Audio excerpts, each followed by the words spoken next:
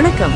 RTVயின் KGF news. Communist கட்சியுடைய முதுபெரும் தலைவர் தோழர் கே மாரினுடைய மகனை கம்யூனிஸ்ட் கட்சியுடைய முதுபெரும் தலைவர் தோழர் கே மாரினுடைய மகனை தோழர் ரணதேவே அவர்களை தென்பகுதியினுடைய இந்திய கம்யூனிஸ்ட் கட்சியினுடைய வேட்பாளராக இன்றைக்கு நாங்கள் அறிவித்திருக்கின்றோம்.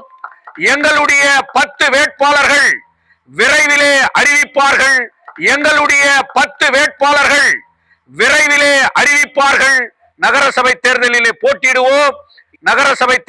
போட்டியிடுவோம். கோலார் தங்கவயலில் மார்க்ஸ் நினைவு நாள் எழுச்சி. அதிரடி அறிவிப்புகளை வெளியிட்ட இந்திய கம்யூனிஸ்ட் கட்சி. கோலார் தங்கவயல் மார்ச் 14, 2026.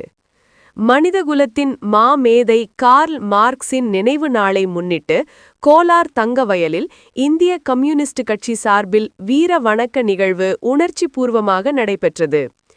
இந்த நிகழ்வில் கலந்து கொண்ட அக்கட்சியின் மாவட்ட செயலாளர் தோழர் ஜோதிபாஸ் மற்றும் நிர்வாகிகள் மார்க்ஸின் தத்துவங்களையும் வரவிருக்கும் நகராட்சி தேர்தல் குறித்த அதிரடி திட்டங்களையும் முன்வைத்தனர். முக்கிய அம்சங்கள்: கார்ல் மார்க்ஸிற்கு சிலை. தமிழக முதல்வர் மு.க. ஸ்டாலின் அவர்கள் எழும்பூரில் மார்க்ஸ் சிலையை திறந்ததைப் போல கர்நாடகாவிலும் மார்க்ஸிற்கு சிலை அமைக்க வேண்டும் என கோரிக்கை விடுக்கப்பட்டது. மார்க்ஸ் சதுகம், மார்க்ஸ் கார்னர். கோலார் தங்கவயலில் உள்ள புகழ்பெற்ற பைலட் சர்க்கிள் பகுதிக்கு கார்ல் மார்க்ஸ் சதுகம் என பெயரிட வேண்டும் என மாவட்ட ஆட்சியர் மற்றும் நகராட்சி ஆணையரிடம் வலியுறுத்தப்பட்டது. தேர்தல் களம். வரவிருக்கும் நகராட்சி தேர்தலில் இந்திய கம்யூனிஸ்ட் கட்சி 10 தொகுதிகளில் தனித்து போட்டியிட முடிவு செய்துள்ளது. மெகா கூட்டணி. தொழிலாளர் நலன் மற்றும் முற்போக்கு சிந்தனை கொண்ட அமைப்புகளை ஒருங்கிணைத்து ஒரு பிரம்மாண்ட கூட்டணியை உருவாக்க திட்டமிடப்பட்டுள்ளது. முதல் வேட்பாளர் அறிவிப்பு. 10வது வார்டு மாரிக்குப்பம். வேட்பாளராக மறைந்த கம்யூனிஸ்ட் தலைவர் தோழர் கே மாரியின் மகனும் தொழிற்சங்கவாதியுமான தோழர் ரணதேவ் அறிவிக்கப்பட்டுள்ளார். நிர்வாகிகளின் உரை. நிகழ்வில் பேசிய தோழர் ஜோதிபாஸ், சிபிஐ டிஸ்ட்ரிக்ட் செக்ரட்டரி, 1883இல் லண்டனில் மார்க்ஸின் மூச்சு நின்றிருக்கலாம், ஆனால் உலகம் முழுவதிலும் உள்ள தொழிலாளர்களின் இதயங்களில் அவர் இன்றும் வாழ்ந்து கொண்டிருக்கிறார். தொழிலாளர் உழைப்பால் உருவான இந்த தங்க நகரில் மார்க்ஸின் அடையாளம் நிலைநாட்டப்பட வேண்டும் என ஆக்ரோஷமாக முழங்கினார். கம்யூனிச தத்துவம் இருக்கும் வரை மார்க்ஸின் நினைவும் வாடும். இதுபோன்ற பல்வேறு தகவல்களை உடனுக்குடன் தெரிந்து கொள்ள RTV KGF நியூஸ் சேனலை சப்ஸ்கிரைப் செய்து கொள்ளுங்கள்.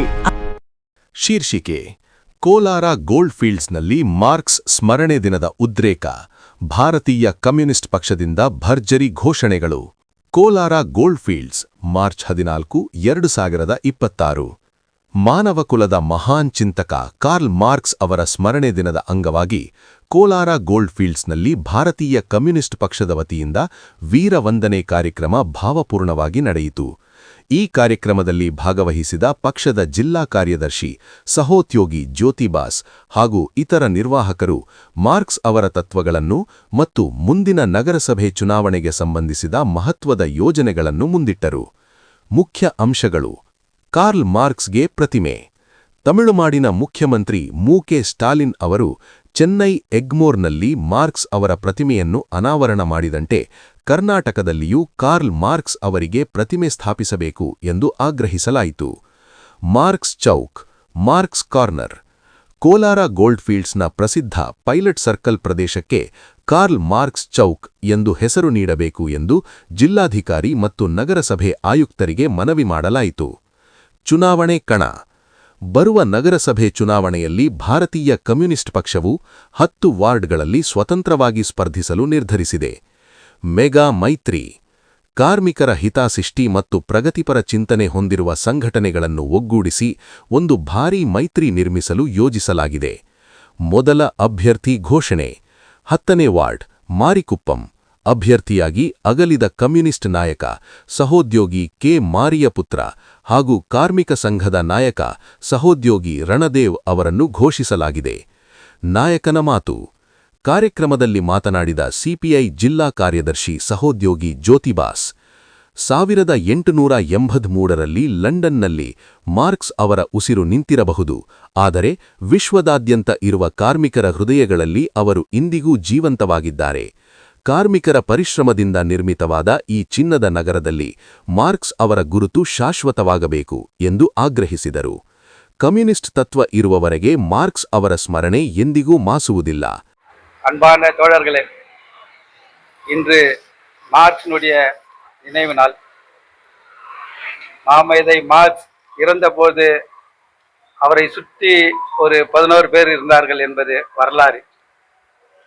அன்று தொடங்கிய அவருடைய போராட்ட குணம் இன்று உலகம் பூராவும் அவருடைய தத்துவத்தை நோக்கி மக்கள் பயணித்துக் கொண்டே இருக்கிறார்கள். ஏனென்றால் மாமேதை மார்க்ஸ் எழுதிய தத்துவம் மானிட விடுதலைக்கானது. இந்த என்று மனிதர்களுக்கு மனிதர்கள் சமம் என்று ஒரு சமுதாயம் பிறக்கின்றதோ, எல்லோரும் சமம் என்ற எல்லா வளங்களும் எல்லா மக்களுக்கும் என்று கிடைக்கிறதோ அன்றுதான் மார்க்ஸினுடைய கனவு நனவானதாக அர்த்தம். அந்த கனவை நோக்கி இன்று அவர் பாதையிலே இன்று நாங்கள் பயணித்துக் கொண்டிருக்கிறோம். அவருடைய நினைவு நாளை அவருக்கு ஒரு வீரவணக்கத்தை செலுத்திக் கொண்டு அவரை பற்றி நம்முடைய மாவட்ட செயலாளர் தோழர் ஜோதிபாஸ் அவர்கள் பேசுவார்கள். மனித குலத்தினுடைய மாமேதை கார்ல் மார்க்ஸினுடைய நினைவு நாள் இன்று உலகம் பூராவும் அனுசரிக்கப்பட்டு வருகிறது. 1883 லண்டன் மாநகரிலே அவருடைய இறுதி மூச்சு நின்று போனது. மாமேதை மார்க்ஸ் அவர்கள் தன்னுடைய 64 வயதிலே மரணமடைந்தார். 1818 ஜெர்மனி நகரத்திலே பிறந்த கார்ல் மார்க்ஸ் இந்தியாவிற்கு மட்டுமல்ல உலகத்திற்கே அனைவருக்கும் அனைத்தும் கிடைக்கப்பட வேண்டும், தொழிலாளியினுடைய உழைப்பு மட்டும்தான் மூலதனமாக இருக்கும், முதலாளித்துவத்தை எதிர்த்து ஒரு மிகப்பெரிய தத்துவத்தை உருவாக்கிய கார்ல் மார்க்ஸ் டாஸ் கேபிட்டல் என்கின்ற அந்த கம்யூனிஸ்ட் அறிவிக்கையை 1848 உருவாக்கினார்கள். ஆனால் கார்ல் மார்க்ஸ் மறைந்த பிறகுதான் உலகத்திலேயே தொழிலாளர் தினமாம் மே தினம் அது 1886 சிக்காகோ நகரிலே தொழிலாளர்களுடைய அந்த சிந்திய ரத்தத்திலே உருவாக்கப்பட்டது. அது மார்க்ஸ் அந்த போராட்டத்தை காணவில்லை என்று சொன்னாலும் அந்த மார்க்ஸினுடைய தூண்டுதலால் உலக தொழிலாளர்களுடைய மே தினம் பிறந்தது. அதற்கு பிறகு 1917 மார்க்ஸினுடைய வழிகாட்டுதலின் அடிப்படையிலே ரஷ்யாவிலே தொழிலாளர்களுடைய அந்த தொழிலாளர் ஆட்சி லெனின் தலைமையிலே உருவாக்கப்பட்டது. அதனுடைய தாக்கமாக இந்தியாவிலே 1925 சிங்காரவேலர் தலைமையிலே முதல் செங்கொடி மெட்ராஸிலே ஏற்றப்பட்டது. இது வரலாறு. மார்க்ஸினுடைய இந்த நினைவு நாளில் 200 ஆண்டுகளுக்கு கடந்தாலும் கூட மார்க்ஸுக்கு மாற்று தத்துவம் இந்த உலகத்திலே பிறக்கவில்லை என்பது ஒரு வரலாறு. எல்லோருக்கும் எல்லாம் கிடைக்க வேண்டும் என்கின்ற அந்த தத்துவத்திற்கு நிகரான ஒரு தத்துவம் இந்த உலகத்திலே பிறக்கவில்லை. ஜாதியின் அடிப்படையினால் மதத்தின் அடிப்படையினால் பல போராட்டங்கள் இந்த உலகத்திலே நடந்திருக்கிறது. ஆனால் ஒரு வர்க்க கிளாஸ் ஸ்ட்ரகிள் என்ற அந்த வர்க்க போராட்டத்தை தொழிலாளர்களுடைய உழைப்பாளர்களுடைய அந்த உழைப்பின் மூலியமாக அவன் தலைமையிலே ஒரு ஆட்சி அமர்த்தப்பட வேண்டும் என்கின்ற அந்த மார்க்ஸினுடைய தத்துவத்திற்கு இன்றும் மரணம் இல்லை என்பதுதான் இந்த கூற்று. அதன் அடிப்படையிலே இந்தியாவிலே தமிழகத்தினுடைய முதலமைச்சர் மரியாதைக்குரிய மாண்புமிகு மு க ஸ்டாலின் அவர்கள் கடந்த 6ஆம் தேதி பிப்ரவரி மாதம் எழும்பூரிலே இருக்கக்கூடிய அந்த அருங்காட்சியகத்தில் மாமேதை மார்க்ஸினுடைய சிலையை திறந்து வைத்து அந்த மாமேதைக்கு கௌரவத்தை ஏற்படுத்தினார்.